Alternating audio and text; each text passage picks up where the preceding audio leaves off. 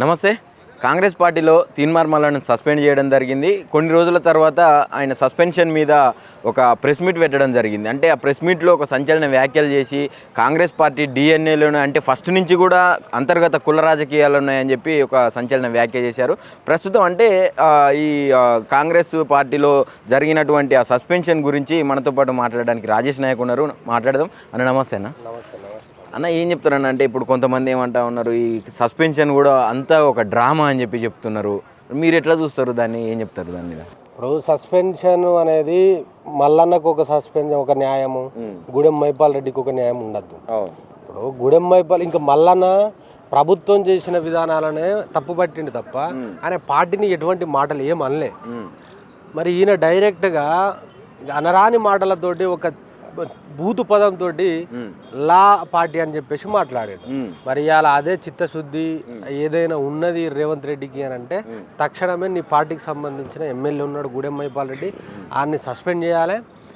నీకు ఈ బీసీల మీద కానీ ఇతరత్ర కులాల మీద ఉన్న నీ యొక్క ప్రేమ దాన్ని చూపెట్టుకోవాలి. 100-200%. ఇప్పుడు తీన్మార్ మల్లన్నకు న్యాయము, తీన్మార్ మల్లన్న చేస్తేనేమో వ్యభిచారమైంది, ఈ గూడెం మైపాల్ రెడ్డి చేస్తేనేమో సంసారం అవుతుందా? 10,000% వ్యభిచారమే, సంసారమే. 100-200% వీడు అన్నాడు కాబట్టి వాడిని నువ్వు మళ్ళీ కానీ నువ్వు సస్పెండ్ చేసినావు. అదేవిధంగా ఇప్పుడు గూడెం మైపాల్ రెడ్డి గారు అన్నాడు, 10,000% వాడిని కూడా సస్పెండ్ చెయ్యి. సస్పెండ్ చేసి నువ్వు చిత్తశుద్ధి నిరూపించుకో. లేదంటే మాత్రము రానున్న రోజులలో వచ్చే ఎలక్షన్లలో చెప్పుతోడు కొడతారు మీ పార్టీని. అంటే ఒకరికి ఒక న్యాయం ఇంకొక న్యాయం ఉండద్దు బాయ్. ఎగ్జాక్ట్లీ. అంటే ఇప్పుడు ప్రెసిడెంట్ కాంగ్రెస్ పార్టీలో ఉన్నటువంటి చాలా మంది మంత్రులు ఇంతకుముందు గతంలో రేవంత్ రెడ్డిని కానీ పార్టీని కానీ విమర్శించిన సందర్భాలు చాలా ఉన్నాయి. మరి ఎందుకు తీన్మార్ మల్లన్నని అంత సడన్గా సస్పెండ్ చేయాల్సి వచ్చిందన్న? వాళ్ళు ఇక తీన్మార్ మల్లన్న గురించి మాకు సంబంధం లేని విషయం. ఆయన దుకాణం వేరే, కానీ సస్పెన్షన్ అనేది చెయ్యొద్దు ఆయన. ఇప్పుడు కోమటిరెడ్డి రాజగోపాల్ రెడ్డి మాట్లాడిండు, కోమటిరెడ్డి వెంకటరెడ్డి మాట్లాడిండు, ఉత్తమ్ కుమార్ రెడ్డి మాట్లాడిండు. మొన్న ఇదే సస్పెన్షన్ చేసినటువంటి చిన్నారెడ్డి ఆ లోకల్ ఎమ్మెల్యే మెగారెడ్డి మీద మాట్లాడిండు. అంటే వీళ్ళకి సంబంధించిన ఒక కులము ఒక వర్గం మాట్లాడితేనేమో సంసారాలు అయింది, వేరేటోడు మాట్లాడితేనేమో. కాబట్టి ఎవడు మాట్లాడినా పార్టీకి అగెనిస్ట్గా నువ్వు తీన్మార్ మల్లన్న మీద తీసుకున్న చర్యనే ఇంకొకరి మీద తీసుకోవాలంటున్నాం మేము. అంతే. వాళ్ళ పార్టీ వాళ్ళ అంతర్గత దుకాణం, మనకు సంబంధం లేనిది, అది అవసరం లేదు. కాకపోతే నువ్వు తీన్మార్ మల్లన్న మీద ఏమైతే సస్పెన్షన్ వేటేసినావో మీ పార్టీలో మాట్లాడిన గూడెం మైపాల్ రెడ్డికి కూడా 200% అది వర్తిస్తుంది, చేయాలి. అయితే ముఖ్యంగా ఇప్పుడు ఈ సస్పెన్షన్ ఏదైతే ఉందో ఇదంతా కూడా ఒక డ్రామా అని చెప్పి బయట ప్రచారం నడుస్తూ ఉన్నది. అంటే కావాల్సుకొని తీన్మార్ మల్లన్న ఆయనంతటా ఆయనే సస్పెండ్ కావాలని చూసిండు. ఇది రేవంత్ రెడ్డి తీన్మార్ మల్లన్న మధ్యలో నడుస్తున్నటువంటి ఒక గేమ్ అని చెప్పి చెప్తా ఉన్నారు. దీన్నంతా ఏం చెప్తారని? ఇప్పుడు సస్పెండ్ చేసిందా ఇట్లా? సస్పెన్షన్ అనేది నిజమే, అది బయటికి పేపర్ వచ్చింది. దాని తర్వాత రేపటి రోజున వీళ్ళిద్దరిది డ్రామా అని తేలింది అనుకో, ఇద్దరి ముడ్డి మీద డ్రైవర్ లేకుండా కొడతారు జనాలు. రేవంత్ రెడ్డిని కొడతారు, తీన్మార్ మల్లన్నని కొడతారు. ఇప్పుడు నువ్వు బీసీ వాదం ఎత్తుకొని బీసీల కోసం నేను నిలబడ్డ వ్యక్తి అని చెప్పేసి మాట్లాడి ఇలా రెడ్లను తిట్టినావు కాబట్టి నేను సస్పెండ్ చేసిళ్ళు. అదే స్టాండ్ మీద ఉంటే నిన్ను జనాలు గౌరవిస్తారు. లేని పక్షంలో మళ్ళీ డ్యూయల్ రోడ్గా గోడ మీద పిల్లిలాగా అటు ఉంటే ఇటు అటు మాట్లాడినావు అనుకో, చెప్పు తీసుకొని తంతారు. తీన్మార్ మల్లన్నగాడే కానీ ఇంకెవడైనా కానీ 10,000% తంతారు. కాబట్టి వీళ్ళు తీసుకున్న పంత ఏదైతే ఉన్నదో దాన్ని సక్రమంగా ముందుకు తీసుకునే ప్రయత్నం జరిగితే జనాలలో ఉంటారు, లేని పక్షంలో తరుముతారు. రైట్ అన్న. అంటే ఇప్పుడు ఎండాకాలం స్టార్ట్ అయింది, ఎండలు బాగా మండుతూ ఉన్నాయి. అంటే గత 10 సంవత్సరాల ప్రభుత్వంలో ఎర్రటి ఎండలలో సైతం మత్తళ్ళు దునికినాయి తెలంగాణలో అని చెప్పి చాలామంది చెప్పారు. మరి ఇప్పుడు పరిస్థితి ఏంది? మన రైతులు వేసిన నాట్లను కూడా పశువులకు, మేకలకు, గొర్రెలకు మేపాల్సిన పరిస్థితి వస్తుంది. ఏం చెప్తారన్న దీన్ని? అన్న ఒకటే అన్న, ఇగో పెయింటర్కి పెయింట్ ఇవ్వాలి. ఒక పెయింటర్కి పెయింట్ ఇస్తే, ఓ పెయింట్ బకెట్ ఇస్తే పెయింట్ వేసుకుంటాడు. తెలంగాణ రాష్ట్రం ఇచ్చినాం అనుకో ఈ పరిస్థితి. ఇప్పుడు పాలన శాతగానని తీసుకొచ్చి నువ్వు ఇలా కూసపెడితే ఏమవుతుంది? తెలంగాణ రాష్ట్రం అరిగోసపడుతుంది. మొత్తానికి మొత్తం తారుమారైపోయింది. అరే మేలో ఇప్పుడు ఏంది, ఇది ఫిబ్రవరి మార్చే, ఇది మేలో సైతం మత్తలు దూకినాయి. మాకు వద్దురా నాయన, నీళ్ళు వద్దు, మాకు అవసరం లేదు, మొత్తం మేము వరి కోసుకోవడానికి కూడా లోపలికి హార్వెస్టర్లు పోతలేవు, మేము వరి కోసుకోవడానికి ఇబ్బంది అవుతానే మాకు నీళ్ళు వద్దని చెప్పేసి మాట్లాడినప్పుడు, మరి ఇప్పుడు మాకు నీళ్లు కావాలరా నాయన అని చెప్పేసి లబో దిబ్బో అని రైతులు కొట్టుకుంటా ఉన్నారు. అనంటే ఎట్లున్నది అని అంటే, నాడు కేసీఆర్ ప్రభుత్వంలోనేమో చక్కెర బుక్కిన రైతులు ఇవాళ ఈ రేవంత్ రెడ్డి గారి ప్రభుత్వంలో తౌడు బుక్కే పరిస్థితి వచ్చింది. అంటే ఏదైతే రైతులు ఆత్మహత్యలు ఆగాలి, మన తెలంగాణ పంటలు పండాలి, ఆంధ్ర పంటలు ఒక పక్క ఆంధ్ర పంటలు పండుతున్నాయి, తెలంగాణ పంటలు ఎండుతున్నాయని ఇలాంటివన్నీ చూసి కొట్లాడి విద్యార్థుల బలిదానంతో తెచ్చుకున్న తెలంగాణలో మళ్ళీ ఇప్పుడు కాంగ్రెస్ ఏర్పడిన తర్వాత ఒక 450 మందికి పైచిలకు రైతులు ఆత్మహత్యలు చేసుకొని చనిపోవడం కానీ, ఎండిపోయిన పంట పొలాలను చూడడం కానీ ఎట్లా అనిపిస్తూ ఉన్నదండి ఇదంతా చూస్తాం అన్న? ఇగో నాడు ఉద్యమం జరిగిందే నీళ్లు నిధులు నియామకాలు అనే ట్యాగ్ లైన్ తోటి జరిగింది. అదే విషయంలో కేసీఆర్ గారు ఫస్ట్ నీళ్లను బాగు చేసిండు. రైతులు సంక్షేమంగా ఉంటే సుఖంగా ఉంటే ఈ రాష్ట్రం సుభిక్షంగా ఉంటుందని చెప్పేసి ఆయన గ్రహించిన వ్యక్తి. నీళ్లను ప్రతి ఇంచు పారేటట్టు తెలంగాణ రాష్ట్రంలో బీడు భూములు ఉండొద్దు, నెర్రబారిన నేలలు ఉండొద్దు అని చెప్పేసి ఆ సంకల్ప బలంతో ప్రతి ఇంచు పారేటట్టు ఆయన ప్రయత్నం చేసిండు. కాళేశ్వరం కట్టిండు, లిఫ్ట్ ఇరిగేషన్లు కట్టిండు, పాలమూరు రంగారెడ్డి పథకాలుగా స్టార్ట్ చేసిండు. రకరకాలుగా ఆయన ప్రయత్నం చేసిండు, రైతులను సుఖంగా ఉంచిండు. మరి ఒక దారి నిర్మించిన కేసీఆర్ ఆ దారిలో ఈ ప్రభుత్వం కూడా పోతే కంటిన్యూ అయిందనుకో రైతులకు ఏం ఇబ్బంది ఉండదు.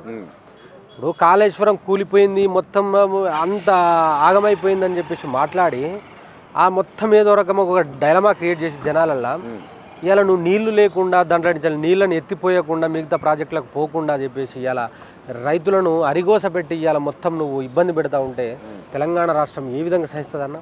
ఇప్పుడు మనం కొట్లాడిందే నీళ్ళ కోసం అన్న. మన బతుకులు ప్రతి ఒక్కరి యొక్క బతుకు నీళ్ళ మీదనే ఉంటుంది. ప్రతి ఒక్కరి బతుకు నీళ్ళతోనే ముడిపడి ఉంటుంది. ఆ నీళ్ళే నువ్వు ఇయ్యనప్పుడు నువ్వెందుకుండి? ఒక్కటే, వీళ్ళకి కావాల్సింది కాంట్రాక్టులు, వీళ్ళకి కావాల్సింది కమిషన్లు, వీళ్ళకి కావాల్సింది మూసి ప్రక్షాళన అనే ఒక దుకాణం.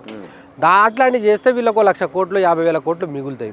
అదేవిధంగా ఇంకో ప్రాజెక్టు కడితే ఇంకో రకంగా మిగులుతాయి తప్ప వీళ్ళకు రైతులకు నీళ్ళ సేమొస్తాయి అన్న. రైతు బాగుపడతాడు. రైతు బాగుపడడానికి ఏమవుతుంది? వీళ్ళ దగ్గరికి ఎవడు రాడు, అయ్యో దేహి అని ఎవడు అడగడు. కాబట్టి వీళ్ళ రైతును రైతు లెక్కనే ఉంచాలి తప్ప వీళ్ళ రైతును రాజు చేయొద్దని చెప్పేసి ప్రగాఢంగా ఉన్నాడు ఈ రేవంత్ రెడ్డి. తప్ప ఏ రోజైనా ఈ నీళ్ళ విషయం కేసీఆర్ గారు నాడు ఉన్నప్పుడు ఎవ్రీ డే రివ్యూ పెట్టేది. నీళ్లు, అరే బాబు ఎత్తిర్రా నీళ్లు, ఎన్ని టీఎంసీలు వచ్చినాయి, ఎన్ని క్యూసెక్లు బయటికి పోతారు మన దాంట్లకు, మన నీళ్ళను మనం ఎత్తిపోసుకోవాలని చెప్పేసి ఎవ్రీ డే ఈఎన్సీలతోటి ఎస్సీలతోటి డిఈలతోటి రివ్యూలు పెట్టి మాట్లాడేది. ఈ రేవంత్ రెడ్డి ఎవరితో రివ్యూలు పెడుతుండో? కాంట్రాక్టర్లతో రివ్యూలు పెడుతుండు, కమిషన్ల కోసం రివ్యూలు పెడుతుండు, అదేవిధంగా ఎక్కడ భూములు ఉన్నాయని చెప్పేసి దాని మీద రివ్యూలు పెడుతుండు తప్ప రైతుల గురించి ఎక్కడ కూడా రివ్యూ పెట్టిన దాఖలాలు లేవు, రైతు గురించి మాట్లాడిన దాఖలాలు లేవు అన్న. వానికి అవసరం లేని సబ్జెక్ట్ కదా. రైతు మీద ప్రేమ ఉంటే రైతు గురించి మాట్లాడతారు, రైతు మీద ప్రేమ లేనప్పుడు రైతు గురించి ఏం సంబంధం? అంటే మొన్న 1 year పాలనలో రైతు పండుగ అని పెట్టి రైతులందరినీ పిలిచి పండుగలు చేసిండు, ఉత్సవాలు చేసిండు, అవన్నీ కల్పితమేనా? ఉత్తుది అన్నాయో మసిబూసి మారడికాయ చేస్తే జనాలు ఎవడు నమ్మాడు?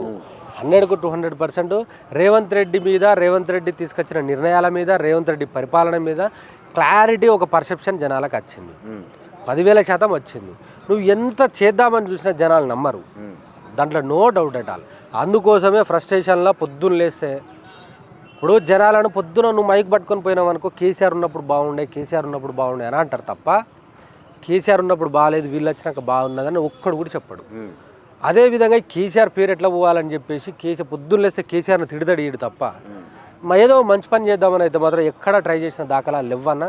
ఈయనకు కనీసం చెయ్యడు, అవసరం లేని ఇష్యూ కదా అది, మనకి ఏం సంబంధం లేదు. అట్లాంటప్పుడు మనం నేను డిస్కస్ చేసుడు కూడా చాలా తప్పది, అవసరం లేదు. అసలు ఈ నీళ్లు తెలంగాణలో అంటే ఈ పంటలు ఎండడానికి కానీ, ఈ నీళ్లు తెలంగాణకు రాకపోవడానికి కానీ, తెలంగాణ నీళ్ళు ఆంధ్రకు పోవడానికి కానీ ఎవరి ఫాల్ట్ అంటారు ఇదంతా? అంటే ముఖ్యమంత్రిదైనా లేకుంటే సంబంధిత మంత్రులు ఉంటారు కదా మన నీటిపారుదల శాఖ అన్న. ఇంటి పెద్ద మనిషి మంచుకుంటే ఇంట్లో ఉన్న వాళ్ళు అందరు మంచుకుంటారు.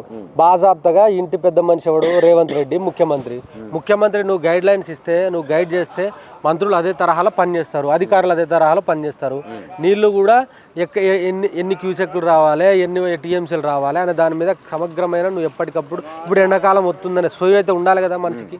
మనిషి పుట్టినవు కదా, నువ్వు నీ ఇంట్లో నువ్వు స్నానం చేస్తావు, నీ ఇంట్లో నువ్వు నీళ్లు తాగుతున్నావు, పేదోడు తాగద్దా? నీ తల్లిదండ్రులు అందరు మంచిగా ఉన్నారు, నీ అన్నదమ్ములు మంచిగా ఉన్నారు, పేదోడు మంచిగా ఉండద్దా? వాళ్ళకైతే నీళ్లు కావాలి, నీకు 100,000 ఎకరాలకు నీళ్లు పంపించుకుంటావు, 1,000 ఎకరాలు మంచిగా సస్యశ్యామలంగా ఉంటాయి, పేదోని నీళ్ళు అవసరం లేదా? ఎక్కడ న్యాయం అండి ఇది? ఎక్కడ న్యాయము? వీళ్ళకు కనీస అవగాహన లేదు అన్న. పేదోని మీద ప్రేమ ఉన్నదనుకో రైతుకు నీళ్ళు ఎట్టేయాలని ఆలోచన వస్తుంది. అది లేనప్పుడు ఏమవుతుంది అంటే, ఇప్పుడు వీళ్ళంతా పొలాలని హలాలు చేసి రియల్ ఎస్టేట్ చేసుకొని బతికేటోళ్ళు ఎవరు? రేవంత్ రెడ్డి. పొలాలని హలాలు చేసి రియల్ ఎస్టేట్ చేసుకొని బతుకుతాడు ఆయన. అట్లాంటోడు ఇవాళ నువ్వు పొలానికి నీళ్ళు ఇవ్వనంటే మన మూర్ఖత్వం అది అడగడం. వానికి ఆలోచన రాదు.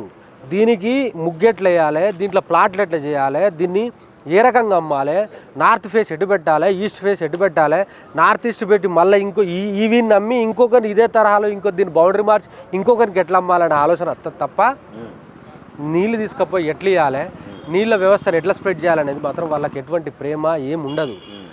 వానికి పొలం చూస్తే రియల్ ఎస్టేటే గుర్తొస్తుంది తప్ప పొలం చూస్తే వానికి నీళ్ళు ఇవ్వాలి, పొలం చూస్తే రైతు బాగుపడాలని చెప్పేసి ఆలోచన ఉండదు.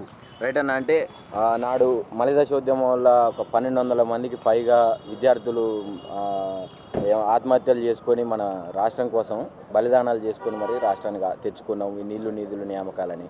ఇప్పుడు మళ్ళీ కాంగ్రెస్ కోసం కూడా ఇదే విద్యార్థులు అనేక బస్సు యాత్రలు, ఇంటింటికి గడప గడపకు పోయి వాళ్ళ ఇంట్లో తల్లిదండ్రులను కావచ్చు, అవ్వతాతల్ని కావచ్చు, కాళ్ళు మొక్కి ఏళ్ళు మొక్కి మరీ వేయించారు, కాంగ్రెస్ని తెచ్చారు. ఇప్పుడు వాళ్ళ పరిస్థితి ఎట్లా ఉన్నది అంటే 2 లక్షల ఉద్యోగాలు సంవత్సరానికి అని చెప్పిండు, అవన్నీ ఫుల్ఫిల్ అయినట్టేనా? విద్యార్థుల పరిస్థితి ఎట్లా ఉన్నది, నిరుద్యోగుల పరిస్థితి? అన్న వీళ్ళకు చెప్పు తీసుకొని కొట్టాలనా లేకపోతే ఒక తువాలలో చెప్పేసి కొట్టాలనా, వీళ్ళ పెండతోటి కొట్టాలనా, ఎవ్వంతోటి కొట్టాలనో మనకు అర్థం కాని పరిస్థితి. అన్న నీకే దయచేసి ఒకటే రిక్వెస్ట్ చేస్తూ ఉన్నా, నేను మీ యొక్క ఆద్య టీవీ నుంచి మీకు రిక్వెస్ట్ చేస్తూ ఉన్నా, ఇదే మైకు ఇదే కెమెరా పట్టుకొని ఇక్కడే మా లైబ్రరీ ఉన్నది, దాంట్లో స్టిల్ నవ్వు 5-6 వేల మంది చదువుతూ ఉన్నారు. అక్కడికి వెళ్ళండి, అడగండి ఎన్ని వేల ఉద్యోగాలు ఇచ్చింది గాడిద కొడుకులు అని చెప్పేసి అడగండి. ఇదే రాహుల్ గాంధీ దేశమంతా రాజ్యాంగం పట్టుకొని తిరుగుతాడు, ఈ లుచ్చానే మాట్లాడతాం. ఇవాళ తెలంగాణ రాష్ట్రంలో ప్రభుత్వం ఏర్పడ్డది అని అంటే మా యొక్క నిరుద్యోగుల మీద, మా యొక్క యువకుల యొక్క త్యాగాల పునాదుల మీదనే ఏర్పడ్డది తప్ప రేవంత్ రెడ్డిని చూసో లేకపోతే కాంగ్రెస్ పార్టీని చూసో వేయలే. గత ప్రభుత్వం మోసం చేసింది, మేము వచ్చినాక మంచి చేస్తాము, మార్పు అని చెప్పి ఇవాళ మమ్మల్ని మభ్యపెట్టి ఇవాళ ఓట్లు వేయించుకొని మమ్మల్ని ఏం చేస్తారన్నా? నాడు కేసీఆర్ ప్రభుత్వంలో ఇచ్చినట్టు ఉద్యోగాలను మేము ఇచ్చినామని చెప్పి మాట్లాడుతున్నారు తప్ప కొత్త నోటిఫికేషన్లు ఏమిచ్చిల్లన్నా సంవత్సరానికి 2 లక్షల ఉద్యోగాలు ఇస్తామన్నా చెప్పారు. సంవత్సరంన్నర అయింది అంటే 3 లక్షల ఉద్యోగాలు రావాలి. వీళ్ళు ఇచ్చింది ఏంటన్నా 30,000 ఉద్యోగాలు. అదేవిధంగా ప్రతి నిరుద్యోగ భృతి 4,500 రూపాయలు ఇస్తామని అన్నారు, ఇప్పటి వరకు లేదన్న. మహిళలకు స్కూటీలు ఇస్తామని అన్నారన్న, ఇప్పటి వరకు లేదన్న. మహిళలకు వైఫై ఫ్రీ ఇస్తామని అన్నారన్న, ఇప్పటి వరకు లేదన్న. జాబ్ కార్డు ప్రతి విద్యార్థికి జాబ్ కార్డు 5 లక్షల రూపాయలతోటి జాబ్ కార్డు అని చెప్పారన్న, ఇప్పటి వరకు లేదన్న. మెగా డిఎస్సి ఇస్తామని చెప్పారన్న, ఇప్పటి వరకు లేదన్న. ఎస్సీ ఎస్టీ విద్యార్థులు 10th పాస్ అయితే 10,000 రూపాయలు ఇస్తామని అన్నారు, ఇంటర్ పాస్ అయితే 20,000 అన్నారు, పీజీ పాస్ అయితేనేమో 1,00,000 రూపాయలు అన్నారు, డిగ్రీ పాస్ అయితే 50,000 అన్నారు, పిహెచ్డి చేస్తే 5 లక్షలు ఇస్తామని అన్నారు అన్న. నేను పిహెచ్డి విద్యార్థిని, మరి నా అకౌంట్లోకి ఇప్పటివరకు రాలే అన్న. అంటే వీళ్ళు అధికారంలో రావడానికి కోసము ఎన్ని వేషాలు వేయాలో అన్ని వేషాలు వేసారు, పగటి వేషాలు మొత్తం వేసారు, గద్దెకెక్కారు. కనీసం ఇప్పటి వరకు ఇదే రాహుల్ గాంధీ, ఇదే రేవంత్ రెడ్డి మా యొక్క చిక్కడపల్లి లైబ్రరీకి వచ్చేళ్ళు, అశోక్ నగర్కి వచ్చి మా యొక్క యువకులు నిరుద్యోగులను మభ్యపెట్టి ఇవాళ గద్దెనెక్కిర్రు. ఈ గాడిదలో ఎటు పోయిరన్న? రాహుల్ గాంధీకి సిగ్గున్నదా అని అడుగుతున్నాం మేము. అరే బాబు, మేము రేవంత్ రెడ్డి ముఖం చూసి వేయలే, ఇక్కడున్న నాయకుల ముఖం చూసి ఓట్లు వేయలే, మిమ్మల్ని రాహుల్ గాంధీని చూసినాం, సోనియా గాంధీని చూసినాం. వీళ్ళు వస్తేనే మేము నమ్మకం వచ్చింది, రేపటి రోజున వీళ్ళు మంచి చేస్తారు కావచ్చు అని చెప్పేసి నమ్మినాం. కానీ వీళ్ళు ఈ దున్నపోతులు, ఈ స్టూపిడ్ ఫెలోస్, యూజ్లెస్ ఫెలోస్ కనీసం ఇప్పటివరకు హైదరాబాద్ని విజిట్ చేసిన దాఖలాలు లేవు. ఓట్లు వేయించుకున్నారు, గద్దెనెక్కిరు, దెంగేసారు. కానీ ఇప్పటి వరకు మేము మా యొక్క అరే mister Rahul Gandhi, we're appealing to you, నువ్వు రా హైదరాబాద్, ఢిల్లీ నుంచి హైదరాబాద్కి రా, ఇక్కడికి వచ్చి వాస్తవ పరిస్థితి గమనించు, నీకు కావాలంటే మేమే టికెట్ బుక్ చేస్తాం, రా చూడు, నువ్వు పెట్టినటువంటి ముఖ్యమంత్రికి గైడ్ చేయి. ఇది కాదురా భయ్, మనము హామీలు ఇచ్చింది గివి, 6 గ్యారంటీలు ఇచ్చినాం, 420 హామీలు ఇచ్చినాం, కనీసం ఒక్కటి కూడా ఫిల్ చేయకపోతే రేపటి రోజున చెప్పు తీసుకొని కొడతారా వీళ్ళు? తెలంగాణ రాష్ట్ర ప్రజలు చాలా చైతన్యవంతులు, పోరాటాల గడ్డ ఇది, ఇక్కడ ఎవడైనా ప్రశ్నిస్తాడని చెప్పేసి వాళ్ళను కనీసం ఒక బెత్తం పట్టుకొని వాళ్ళని కొట్టి చెప్పురా భయ్. కనీసం నువ్వు ఇప్పటి వరకు 15 నెలల వరకు తెలంగాణ రాష్ట్రంలో అడుగు పెట్టకపోతే నిన్ను ఏ చెప్పు తీసుకొని కొట్టాలి రాహుల్ గాంధీ? అంటే ఇదే నిరుద్యోగుల కోసం ఇదే గడ్డ మీద, ఉస్మానియా గడ్డ మీద కాంగ్రెస్ని గెలిపించడం కోసం నిరుద్యోగుల తరఫున కొట్లాడినటువంటి ఎమ్మెల్సీలు ఇప్పుడు ఉన్నారు కదన్న ఈ పార్టీలో. వాళ్లకు సిగ్గు లేదన్న, వాళ్ళు అధికారం కోసం పనిచేసారు. వాళ్ళని తిడితే ఏం లాభం? ఇప్పుడు వాళ్ళని ఏం తిట్టలేము. వాళ్లకు మేము ఒక గిఫ్ట్గా గాజులు, చీరలు, ఇవాళ మహిళల దినోత్సవం అది జరుపుకోవాలి. వాళ్ళు ఇలా మహిళల దినోత్సవం మేము కోదండరామ్ గారికి చెప్తున్నాము, అదేవిధంగా తిన్మార్ మల్లిగానికి చెప్తున్నాము, అదేవిధంగా వాడు బల్మూర్ వెంకటికి చెప్తున్నాము, అదేవిధంగా సిరాజ్ అనేట ఆయన ఒకడు ఉన్నాడు, ఆయనకు చెప్తున్నా, వీళ్ళు కాళ్ళ గజ్జ కట్టుకొని ప్రతి ఊరు గడప మాలాంటి వాళ్ళని రెచ్చగొట్టి ఇవాళ కాంగ్రెస్ ప్రభుత్వం గద్దెనే తీసుకొచ్చిళ్ళు. ఏం చేసేళ్ళు వీళ్ళు? కనీసం వీళ్ళ గురించి మాట్లాడుకుంటారు తప్ప నిరుద్యోగుల గురించి ఎక్కడైనా మాట్లాడుతున్నారా? ఈ నలుగురికి నేను ఇవాళ మహిళల దినోత్సవ శుభాకాంక్షలు చెప్తా ఉన్నా. కోదండరామరెడ్డి గారికి, ఆకునూరు మురళికి, అదేవిధంగా మన బల్మూరు వెంకట్కి, తిన్మార్ మల్లిగానికి, అదే సిరాజ్కి మహిళల దినోత్సవ శుభాకాంక్షలు. మీరు ఈ పురుషులాగా పనికిరారు రబ్బాయి. 15 నెలలు దాటింది, మీరిచ్చిన హామీలు ఇప్పటి వరకు ఒక్కటి కూడా నెరవేర్చలే. కనీసం మాట్లాడినవాడు నువ్వెందుకు బై? ఇక ఆ పదవి నీకెందుకు? ఆ పదవి నీకు మా యొక్క యువకులు ఈ నిరుద్యోగుల శ్రమ వల్ల నీకు వచ్చింది కదా, కనీసం నువ్వు ఏం చేస్తున్నావు? ఇవాళ అడిగినవా? ముఖ్యమంత్రిని కలిసినవా? రిప్రజెంటేషన్ ఇచ్చినవా? మా బతుకులు మారుస్తామని చెప్పేసి మాట్లాడి ఇవాళ గద్దెనెక్కి ఇదే బల్మూరు వెంకట్ ఇప్పటికైనా ఉస్మానియా యూనివర్సిటీకి వస్తుండా? అంటే ఇదే తిన్మార్ మల్లిగా వస్తుండ కదా. అంటే ప్రెస్ మీట్లు పెట్టి అనేక సందర్భాలలో చెప్పిండు, నేను స్వయంగా నేనే పోయి ముఖ్యమంత్రి గారికి రిప్రజెంటేషన్ కానీ ఉద్యోగాల విషయంలో అనేక సార్లు చెప్పినా కలిసినా ఆయన సానుకూలంగా అన్న ఒక్కటినన్నా. ఇదే తిన్మార్ మల్లిగాడు ఆయన యొక్క ఎలక్షన్ క్యాంపెయిన్లలో మాట్లాడిండు. ఏమని మాట్లాడిండు? నేను ఎమ్మెల్సీగా గెలిచిన 100 రోజుల్లోనే ఈ హామీలు, ఈ ఉద్యోగాలు రాకపోతే, నేను అడగకపోతే రిజైన్ చేస్తా అన్నాడు ఎమ్మెల్సీ పదవికి. రిజైన్ చేసిండు అన్న వీడు. 1,00,000 మందితోటి నిరుద్యోగులతోటి మీటింగ్ పెట్టి రిజైన్ చేస్తా అని చెప్పిండు. అంటే ఇప్పుడు సస్పెండ్ చేసిన తర్వాత కూడా రిజైన్ చేసి ఎమ్మెల్సీ పదవికి రిజైన్ చేయమను నువ్వు చెయ్యడు. వాళ్ళకి కావాల్సి అన్న, వాళ్ళకి కావాల్సింది ఏంది? మండలిలో కాదన్నా, నువ్వు ఎక్కడన్నా గొంతు తీసుకొని మాట్లాడచ్చు. ఈ సభ్య సమాజంలో ఏదన్నా ఉన్నది నువ్వు మాట్లాడితే ప్రతి ఒక్కరికి తెలుస్తుంది. నేను మాట్లాడేది కూడా రేవంత్ రెడ్డికి తెలుస్తుంది. నువ్వు మండలినే మాట్లాడాను ఏమన్నా ఉన్నదా? లోటాపీస్ కానీ నువ్వు సిగ్గు శరమును ఉంటే మా యొక్క శ్రమ వల్ల నీకు వచ్చింది ఎమ్మెల్సీ. నువ్వు రిజైన్ చెయ్యి, చిత్తశుద్ధి ఉంటే నిరూపించుకో, మళ్ళీ ఎలక్షన్లకు పోదాం, మళ్ళీ కొట్లాడు, మళ్ళీ నీకే ఓటేస్తారు కదా. రైట్ అన్న, ఫైనల్గా అంటే ఇప్పుడు కాంగ్రెస్ పార్టీలో ఉన్నటువంటి అధిష్టానం అంటే కుర్చీ ఏదైతే ఉందో సీఎం సీటు, దాన్ని అనేక ప్రయత్నాలు చేసి లాక్కోవాలని చెప్పి చూస్తున్నారని అనేక సందర్భాలలో ముఖ్యమంత్రి స్వయంగా చెప్పిండు. మొన్న ఢిల్లీకి పోయి కూడా మంత్రులు ఎవరు పనిచేయట్లేరు, నేను ఒక్కనే చేస్తున్నా, ఈ పార్టీకి లాభ నష్టాలన్నీ నా వల్లనే వస్తున్నాయని చెప్పిండు. నా సీటు మీద అందరి కళ్ళు ఉన్నాయని చెప్పిండు. నిజంగా ఏమన్నా మార్పులు జరిగే అవకాశాలు ఉంటాయి ఈ 4 సంవత్సరాలలో? అయ్యో అన్న, వాళ్ళకు వాడు సీటు కాపాడుకున్నట్లు ఉన్న సోయి ఈ తెలంగాణ రాష్ట్రంలో ఆయన పరిపాలన మీద లేదు. దాదాపుగా ఇప్పటికీ 40 సార్లు పోయిండు, ఢిల్లీకి పోయిండు, కానీ తీసుకొచ్చింది 0. ఎందుకు తెచ్చిండు కదా బడ్జెట్ 1,80,000 కోట్లు. ఆయనతో అప్పు తీసుకొచ్చిండు. అప్పు నువ్వు పోయి తీసుకుపోయి అడిగినా నీకు ఇస్తారు. తెలంగాణ రాష్ట్రానికి ముఖ్యమంత్రి ఎవరైనా తీసుకుపోయి అడిగితే ఆర్బీఐ ఇస్తుంది, ఇంకేమైనా బ్యాంకులు ఇస్తాయి తప్ప వీడు తీసుకొచ్చింది కేంద్రం నుంచి తీసుకొచ్చిన నిధులు 0. ఆయన చేస్తుంది ఒకటి, ఈ తెలంగాణలో కాంగ్రెస్ మరో 50 సంవత్సరాలు రాకుండా చూడాలి, నేను మళ్ళీ బీజేపీకి పోవాలి, ఆల్టర్నేట్ బీజేపీ బీఆర్ఎస్ ఇక్కడ తెలంగాణలో ఉండాలి. ఎవరు బీజేపీకి పోయి? రేవంత్ రెడ్డి. ఇప్పుడు ఇచ్చిన హామీలు 1,80,000 కోట్ల రూపాయలు నువ్వు తీసుకొచ్చి తెలంగాణ రాష్ట్ర ప్రజలకు ఏం చేస్తలేవు అని అంటే అర్థమైంది. రేపటి రోజున జనాలకు విశ్వసనీయత కోల్పోతారు కదా కాంగ్రెస్ మీద. అంటే ఒక పక్క రేవంత్ రెడ్డి బీఆర్ఎస్ బీజేపీ ఒకటి అంటుంటే ఇప్పుడు రేవంత్ రెడ్డి బీజేపీలోకి పోతారని మీరు అంటారు. అన్న, మేము బీఆర్ఎస్ పార్టీ గవర్నమెంట్లో ఉన్నప్పుడు మోడీతోటి లొల్లి పెట్టింది బీఆర్ఎస్. అదే బీఆర్ఎస్ బీజేపీ ఒక్కటైతే కవిత జైలుకు పోదు. గుర్తుపెట్టుకోండి, నేను క్లియర్గా వినండి. బీఆర్ఎస్ బీజేపీ ఒకటే అయితే కవిత ఎందుకు జైలుకు పోతుంది అన్న? 6-7 నెలలు ఎందుకు ఇబ్బంది పెడతారన్నా? ఇప్పటికి కూడా ఇబ్బంది పెడుతున్నారు కదా అన్న వాళ్ళు బీజేపీ వాళ్ళు. అంత లుచ్చా మాటలు, జనాలు ప్రతిదీ గమనిస్తూ ఉన్నారు. ఈ రేవంత్ రెడ్డిను బీజేపీ ఒక్కటి, ఈయనకు సంబంధించిన ఓటుకు నోటు కేసును పక్కా పెట్టుకున్నారు తప్ప వీడు అదంతా రిజర్వ్ అయి ఉన్నది కదా తీర్పు. అర్థమైందా నీకు? కాబట్టి వీడు 10,000% రేవంత్ రెడ్డి అనేటోడు బీజేపీలకు 10,000% పోతాడు. ఎందుకు అనంటే కాంగ్రెస్ను మొత్తం మట్టి కరిపియాలి, ఇక్కడ కనబడకుండా చేయాలి. కాంగ్రెస్ను కనబడకుండా చేసి ఆయనకు లక్ష్యం ఏంది? కాంగ్రెస్ను ఖతం పెట్టి బీజేపీలోకి వెళ్ళిపోయినాను అనుకో, ఇక్కడ బీజేపీ బీఆర్ఎస్ఏ ఉంటుంది.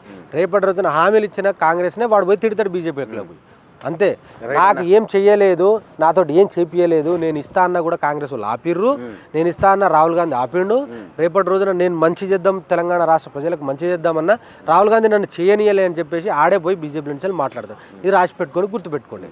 అంటే ఫైనల్గా ఇప్పుడు ఒక స్కాలర్గా ఇదే ఉస్మానియా గడ్డ మీద ఇక్కడి నుంచే బస్సు యాత్ర స్టార్ట్ చేసి కాంగ్రెస్ని గెలిపించుకున్నారు. ఇక్కడి నుంచే ఊరూరు గ్రామం గడప తిరిగారు, కాంగ్రెస్ని గెలిపించుకున్నారు. ఫైనల్గా ఏం చెప్తావు ఒక నిరుద్యోగిగా, ఒక స్కాలర్గా, ఓయూ స్కాలర్గా నువ్వు అదే బస్సు యాత్రలో కానీ అనేక ప్రచారాలలో పాల్గొన్న వ్యక్తిగా ఏం చెప్తావు రేవంత్ రెడ్డికి?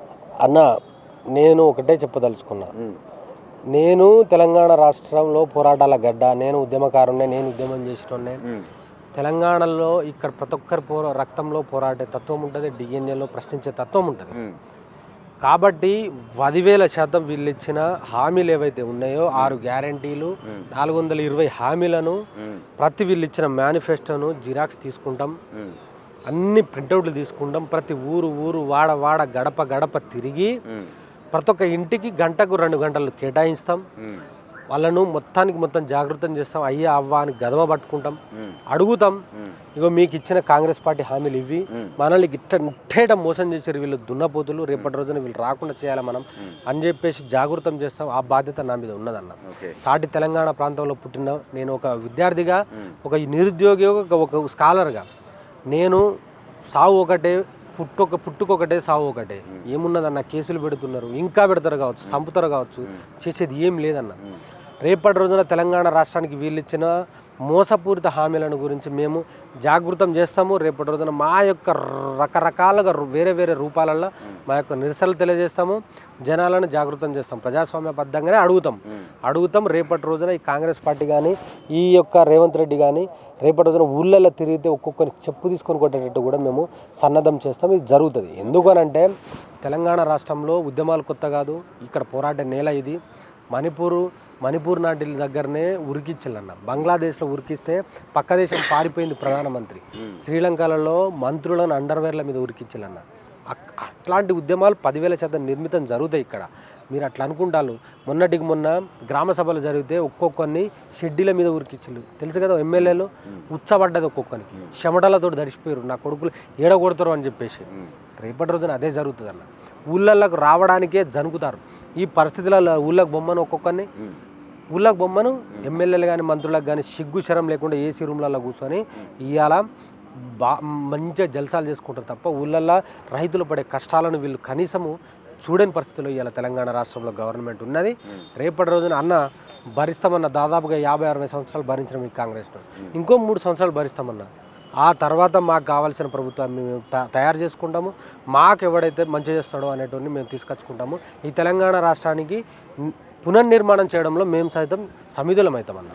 Thank you right. ఇది అంటే ఏదైతే కాంగ్రెస్ ఏర్పాటు కోసం బస్సు యాత్రలు కానీ అనేక రకాల ప్రచారాలలో పాల్గొన్నటువంటి నిరుద్యోగ యువత వీడు నిండా మునిగింది ఈ కాంగ్రెస్ పాలనలో గడిచిన 16 నెలల్లో అని చెప్పి కూడా రాజేష్ నాయక్ చెప్తా ఉన్నారు. దీంతోపాటు మళ్ళీ ఈ కాంగ్రెస్ని కూల్చడానికి మేము అదే ఎంత ఎత్తునైతే దీన్ని తీసుకురావడానికి చేసినామో అంతకంటే డబల్ చేసి మేము ఈ కాంగ్రెస్ ప్రభుత్వం ఇచ్చినటువంటి మోసపూరిత హామీలను అందరికీ తెలియజేసి దీన్ని భూస్థాపితం చేసే ప్రయత్నం అయితే ఖచ్చితంగా చేస్తామని చెప్పి కూడా రాజేష్ నాయక్ చెప్తా ఉన్నారు.